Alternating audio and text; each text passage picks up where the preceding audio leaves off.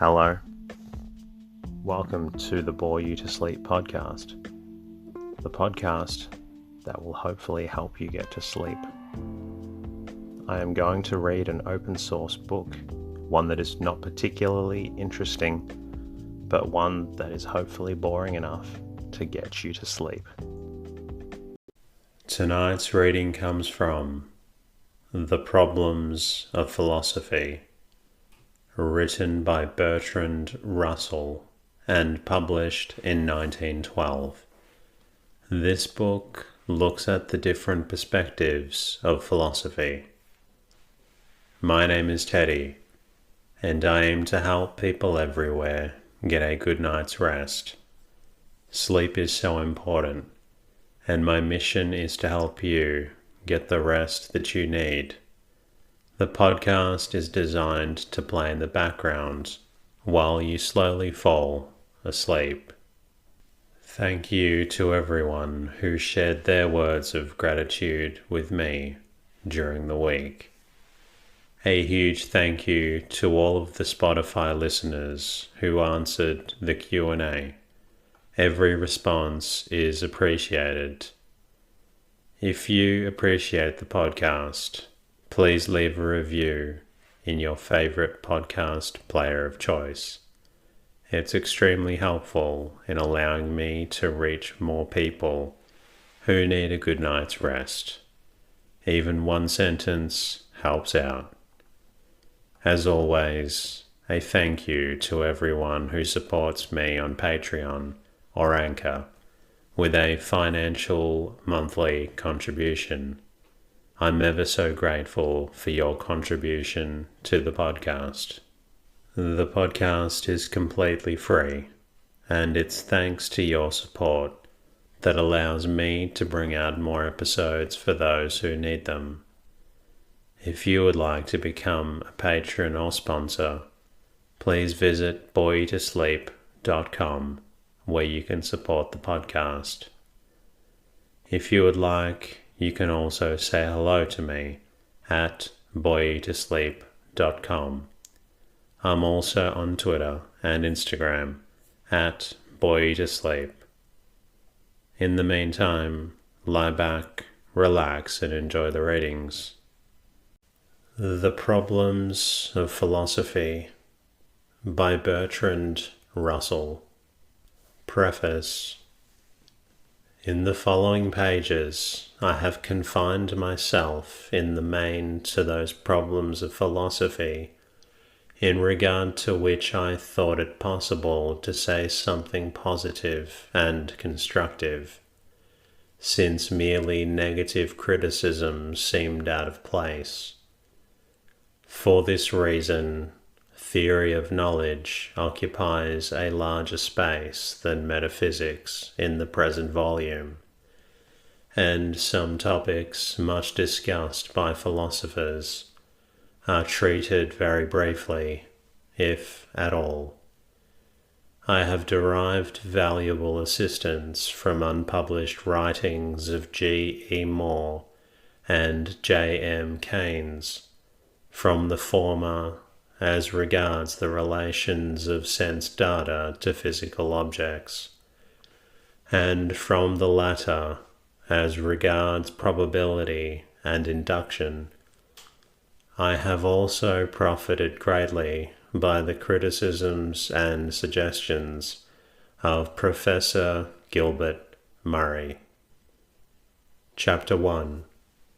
Appearance and Reality. Is there any knowledge in the world which is so certain that no reasonable man can doubt it?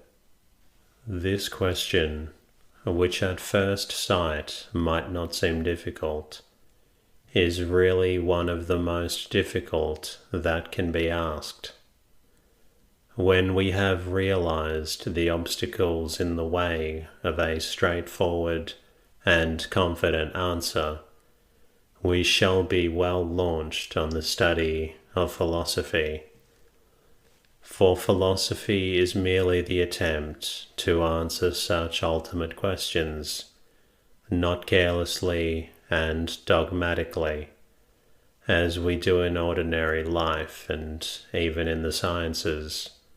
But critically, after exploring all that makes such questions puzzling, and after realizing all the vagueness and confusion that underlie our ordinary ideas, in daily life, we assume as certain many things which, on a closer scrutiny, are found to be so full of apparent contradictions that only a great amount of thought enables us to know what it is that we really may believe. In the search for certainty, it is natural to begin with our present experiences, and in some sense, no doubt, knowledge is to be derived from them. But any statement as to what it is that our immediate experiences make us know is very likely to be wrong. It seems to me that I am now sitting in a chair at a table of certain shape, on which I see sheets of paper with writing or print. By turning my head, I see out of the window buildings and clouds and the sun. I believe that the sun is about 93 million miles from the earth, that it is a hot globe many times bigger than the earth, that, owing to the earth's rotation, it rises every morning, and will continue to do so for an indefinite time in the future. I believe that if any other normal person comes into my room, he will see the same chairs and tables and books and papers as I see, and that the table which I see is the same as the table which I feel pressing against my arm. All this seems to be so evident as to be hardly worth stating, except in answer to a man who doubts whether I know anything. Yet all this may be reasonably doubted, and all of it requires much careful discussion before we can be sure that we have stated it in a form that is wholly true. To make our difficulties plain, let us concentrate attention on the table. To the eye, it is oblong, brown and shiny. To the touch, it is smooth and cool and hard. When I tap it, it gives out a wooden sound. Anyone else who sees and feels and hears the table will agree with this description, so that I might seem as if no difficulty would arise. But as soon as we try to be more precise, our troubles begin. Although I believe that the table is really of the same color all over, the parts that reflect the light look much brighter than the other parts, and some parts look white because of reflected light. I know that if I move, the parts that reflect the light will be different, so that the apparent distribution of colors on the table will change. It follows that if several people are looking at the table at the same moment, no two of them will see exactly the same distribution of colors, because no two can see it from exactly the same point of view, and any change in the point of view makes some change in the way the light is reflected. For most practical purposes, these differences are unimportant, but to the painter they are all important. The painter has to unlearn the habit of thinking that things seem to have the color which common sense says they really have, and to learn the habit of seeing things as they appear. Here we have already the beginning of one of the distinctions that cause most trouble in philosophy, the distinction between appearance and reality, between what things seem to be and what they are. The painter wants to know what things seem to be. The practical man and the philosopher want to know what they are. But the philosopher's wish to know this is stronger than the practical man's, and is more troubled by knowledge as to the difficulties of answering the question. To return to the table, it is evident from what we have found that there is no color which preeminently appears to be the color of the table, or even of any one particular part of the table. It appears to be of different colors from different points of view, and there is no reason for regarding some of these as more really its color than others. And we know that even from a given point of view, the color will seem different from artificial light, or to a colorblind man, or to a man wearing blue spectacles, while in the dark there will be no color at all, though to touch and hearing the table will be unchanged. This color is not something which is inherent in the table, but something depending upon the table and the spectator, and the way the light falls on the table. When, in ordinary life, we speak of the color of the table, we only mean the sort of color which it will seem to have to a normal spectator from an ordinary point of view under usual conditions of light. But the other colors which appear under the other conditions have just as good a right to be considered real, and therefore to avoid favoritism, we are compelled to deny that, in itself, the table has any one particular color.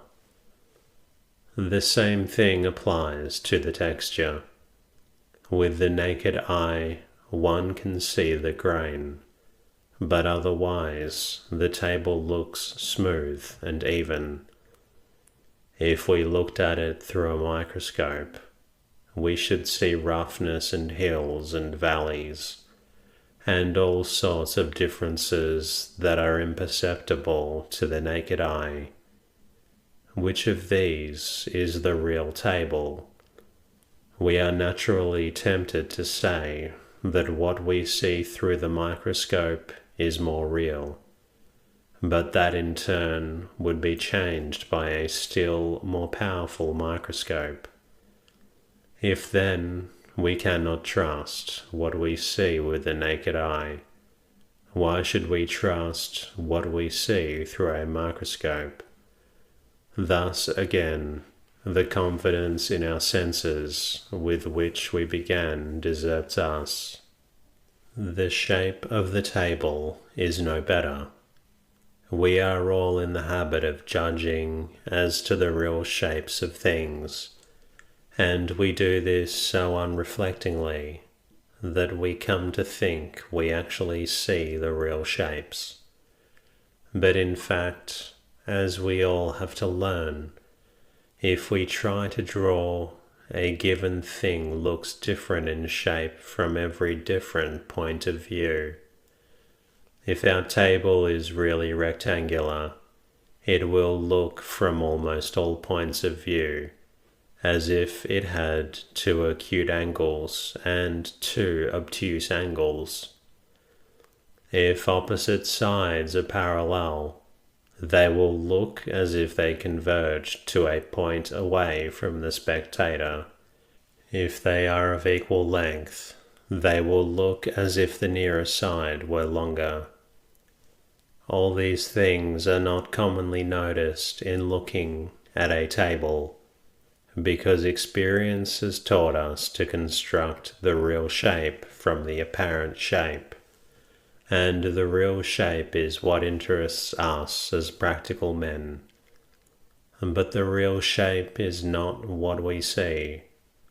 It is something inferred from what we see, and what we see is constantly changing in shape as we move about the room, so that here again the senses seem not to give us the truth about the table itself, but only about the appearance of the table. Similar difficulties arise when we consider the sense of touch. It is true that the table always gives us a sensation of hardness, and we feel that it resists pressure. But the sensation we obtain depends upon how hard we press the table, and also upon what part of the body we press with. Thus the various sensations due to various pressures or various parts of the body cannot be supposed to reveal directly any definite property of the table, but at most to be signs of some property which perhaps causes all the sensations, but is not actually apparent in any of them. And the same applies still more obviously to the sounds, which can be elicited by rapping the table. Thus it becomes evident that the real table, if there is one, is not the same as what we immediately experience by sight or touch or hearing. The real table, if there is one, is not immediately known to us at all, but must be an inference from what is immediately known. Hence two very difficult questions at once arise, namely, is there a real table at all? If so, what sort of object can it be? It will help us in considering these questions to have a few simple terms of which the meaning is definite and clear. Let us give the name of sense data to things that are immediately known in sensation, such things as colors, sounds, smells, hardnesses, roughnesses, and so on. We shall give the name sensation to the experience of being immediately aware of these things. Thus, whenever we see a color, we have a sensation of the color, but the color itself is a sense datum, not a sensation. The color is that of which we are immediately aware, and the awareness itself is the sensation. It is plain that if we are to know anything about the table, it must be by means of the sense data: brown color, oblong shape, smoothness, etc., which we associate with the table. But for the reasons which we have given, we cannot say that the table is the sense data, or even that the sense data are directly properties of the table. Thus a problem arises as to the relation of the sense data to the real table, supposing there is such a thing. The real table, if it exists, we will call a physical object. Thus we have to consider the relation of sense data to physical objects. The collection of all physical objects is called matter. Thus our two questions may be restated as follows. 1. Is there any such thing as matter? 2. If so, what is its nature? The philosopher who first brought prominently forward the reasons for regarding the immediate objects of our senses as not existing independently of us was Bishop Berkeley in 1685 to 1753. His 3 dialogues between Hylas and Philonous, in opposition to skeptics and atheists, undertake to prove that there is no such thing as matter at all, and that the world consists of nothing but minds and their ideas. Hylas has hitherto believed in matter, but he is no match for Philonous, who mercilessly drives him into contradictions and paradoxes, and makes his own denial of matter seem, in the end, as if it were almost common sense. The arguments employed are of very different value. Some are important and sound, others are confused or quibbling. But Berkeley retains the merit of having shown that the existence of matter is capable of being denied without absurdity, and that if there are any things that exist independently of us, they cannot be immediate objects of our sensations. There are 2 different questions involved when we ask whether matter exists, and it is important to keep them clear. We commonly mean by matter something which is opposed to mind, something which we think of as occupying space and as radically incapable of any sort of thought or consciousness. It is chiefly in this sense that Berkeley denies matter.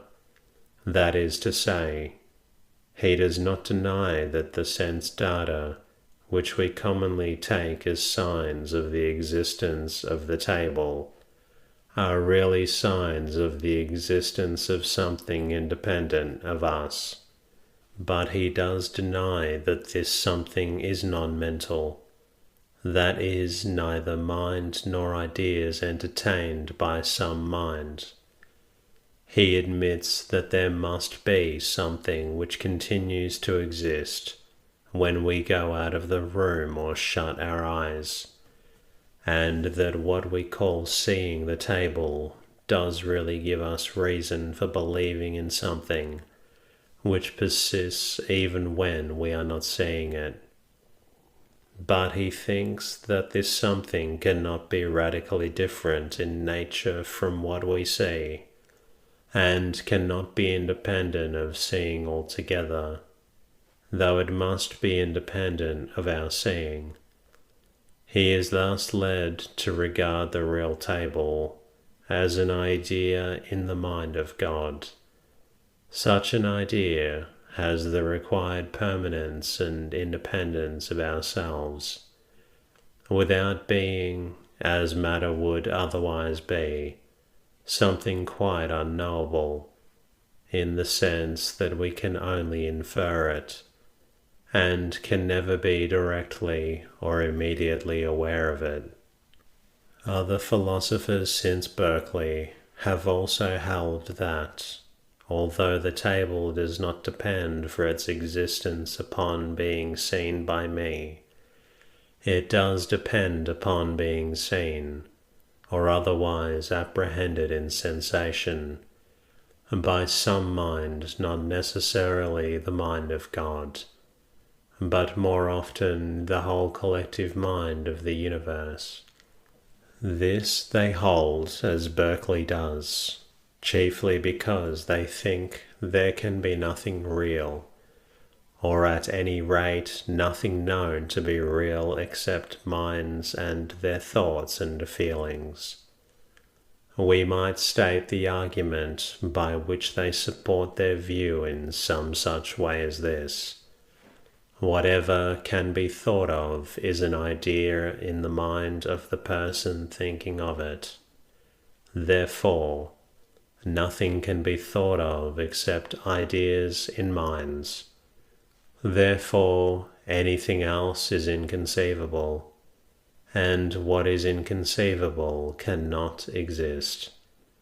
Such an argument, in my opinion, is fallacious, and of course those who advance it do not put it so shortly or so crudely. But whether valid or not, the argument has been very widely advanced in one form or another, and very many philosophers, perhaps a majority, have held that there is nothing real except minds and their ideas. Such philosophers are called idealists. When they come to explaining matter, they either say, like Berkeley, that matter is really nothing but a collection of ideas, or they say, like Leibniz, that what appears as matter is really a collection of more or less rudimentary minds. But these philosophers, though they deny matter as opposed to mind, nevertheless, in another sense, admit matter. It will be remembered that we asked two questions, namely, 1. Is there a table at all? And 2. If so, what sort of object can it be? Now both Berkeley and Leibniz admit that there is a real table, but Berkeley says it is certain ideas in the mind of God, and Leibniz says it is a colony of souls. Thus both of them answer our first question in the affirmative, and only diverge from the views of ordinary mortals in their answer to our second question. In fact, almost all philosophers seem to be agreed that there is a real table. They almost all agree that, however much our sense data, color, shape, smoothness, etc., may depend upon us, yet their occurrence is a sign of something existing independently of us, something differing, perhaps completely from our sense data, and yet to be regarded as causing those sense data whenever we are in a suitable relation to the real table. Now, obviously, this point in which the philosophers are agreed, the view that there is a real table, whatever its nature may be, is vitally important, and it will be well worthwhile to consider what reasons there are for accepting this view, before we go on to the further question as to the nature of the real table. Our next chapter, therefore, will be concerned with the reasons for supposing that there is a real table at all. Before we go farther, it will be well to consider for a moment what it is that we have discovered so far. It has appeared that, if we take any common object of the sort that is supposed to be known by the senses, what the senses immediately tell us is not the truth about the object, as it is apart from us, but only the truth about certain sense data which, so far as we can see, depend upon the relations between us and the object. Thus, what we really see and feel is merely appearance, which we believe to be a sign of some reality behind. What if the reality is not what appears? Have we any means of knowing whether there is any reality at all? And if so, have we any means of finding out what it is like? Such questions are bewildering, and it is difficult to know that even the strangest hypothesis may not be true. Thus our familiar table, which has roused but the slightest thoughts in us hitherto, has become a problem full of surprising possibilities. The one thing that we know about is that it is not what it seems. Beyond this modest result so far, we have the most complete liberty of conjecture. Leibniz tells us it is a community of souls. Berkeley tells us it is an idea in the mind of God.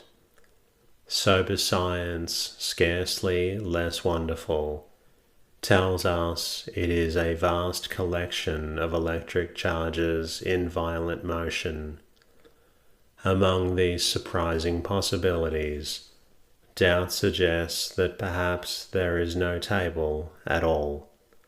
Philosophy, if it cannot answer so many questions as we could wish, has at least the power of asking questions which increase the interest of the world and show the strangeness and wonder lying just below the surface, even in the commonest things of daily life.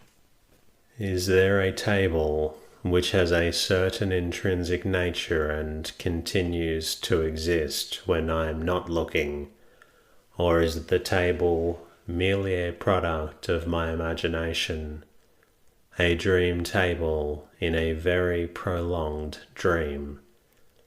This question is of greatest importance, for if we cannot be sure of the independent existence of objects, we cannot be sure of the independent existence of other people's bodies, and therefore still less of the other people's minds, since we have no grounds for believing in their minds, except such as are derived from observing their bodies. Thus, if we cannot be sure of the independent existence of objects, we shall be left alone in a desert. It may be that the whole outer world is nothing but a dream, and that we alone exist. This is an uncomfortable possibility, but although it cannot be strictly proved to be false, there is not the slightest reason to suppose that it is true. In this chapter, we have to see why this is the case. Before we embark upon doubtful matters, let us try to find some more or less fixed point from which to start. Although we are doubting the physical existence of the table, we are not doubting the existence of the sense data which made us think there was a table. We are not doubting that, while we look, a certain color and shape appear to us, and while we press, a certain sensation of hardness is experienced by us. All this which is psychological, we are not calling in question. In fact, whatever else may be doubtful, some at least of our immediate experiences seem absolutely certain. Descartes, the founder of modern philosophy, invented a method which may still be used with profit, the method of systematic doubt. He determined that he would believe nothing which he did not see quite clearly and distinctly to be true.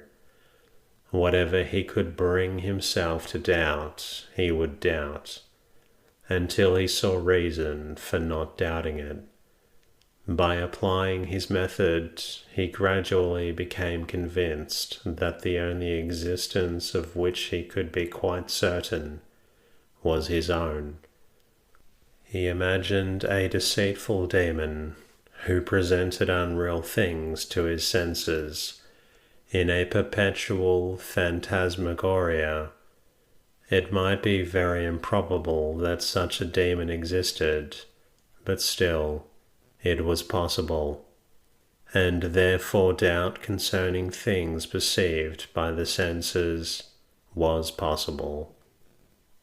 And that concludes tonight's reading. I hope you've enjoyed listening to this story about philosophy. I also hope that you're feeling a little drowsy and potentially ready for sleep. If you're not quite tired yet, please feel free to listen to another episode of the Boy to Sleep podcast.